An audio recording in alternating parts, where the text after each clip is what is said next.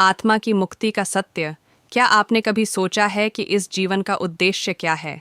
क्या यह केवल जन्म, मृत्यु और पुनर्जन्म का चक्र है, या इससे परे भी कुछ है? ये कहानी है आत्मा की मुक्ति और मोक्ष की यात्रा की। हर आत्मा इस संसार के दुखों और बंधनों से मुक्त होना चाहती है, लेकिन मोक्ष का मार्ग क्या है?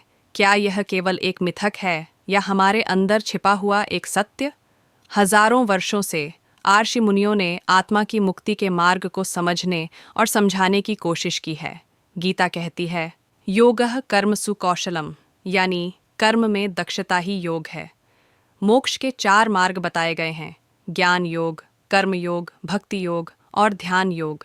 ये मार्ग अलग अलग हो सकते हैं, लेकिन इनका लक्ष्य एक ही है: आत्मा को उसकी शाश्वत सच्चाई से जोड़ना। ज्ञान योग आत्मा के सत्य को जानने का मार्ग है। जब हम जानते हैं कि यह शरीर और मन केवल एक माध्यम है और आत्मा ही शाश्वत है, तो हमें मुक्ति का अनुभव होने लगता है। कर्म योग कहता है कि निस्वार्थ कर्म और दूसरों की सेवा से ही हम अपनी आत्मा को शुद्ध कर सकते हैं।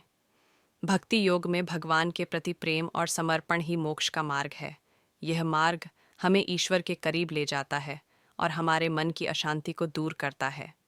ध्यान योग हमें हमारे भीतर के सत्य को देखने में मदद करता है। जब हम ध्यान करते हैं तो मन शांत होता है और आत्मा की रोशनी प्रकट होती है। मोक्ष का मार्ग कोई बाहरी यात्रा नहीं है, ये एक भीतरी यात्रा है जो हमें हमारे सच्चे स्वरूप से जोड़ती है।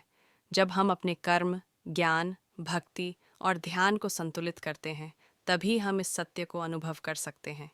बस एक कदम अपने अंदर की ओर बढ़ाइए, अपने जीवन को सार्थक बनाइए। आपका एसएन शर्मा।